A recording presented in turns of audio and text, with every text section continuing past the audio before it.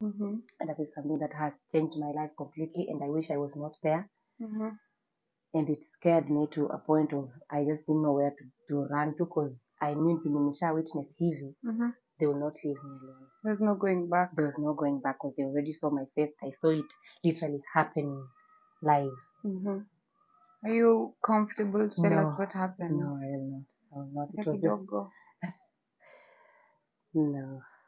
It was something dark. And the next day, after 2 days, it was on the news, and they reported it in a wrong way, in a false way. Yani literally walidanganya kila kitu tu yani, but I was there and I witnessed it. So me seeing that, and they have reported that on the news, and it's a wrong thing, I got very scared.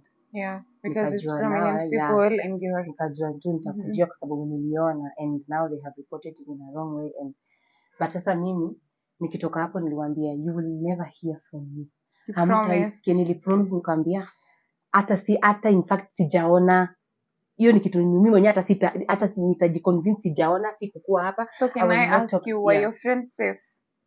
My friends, yeah.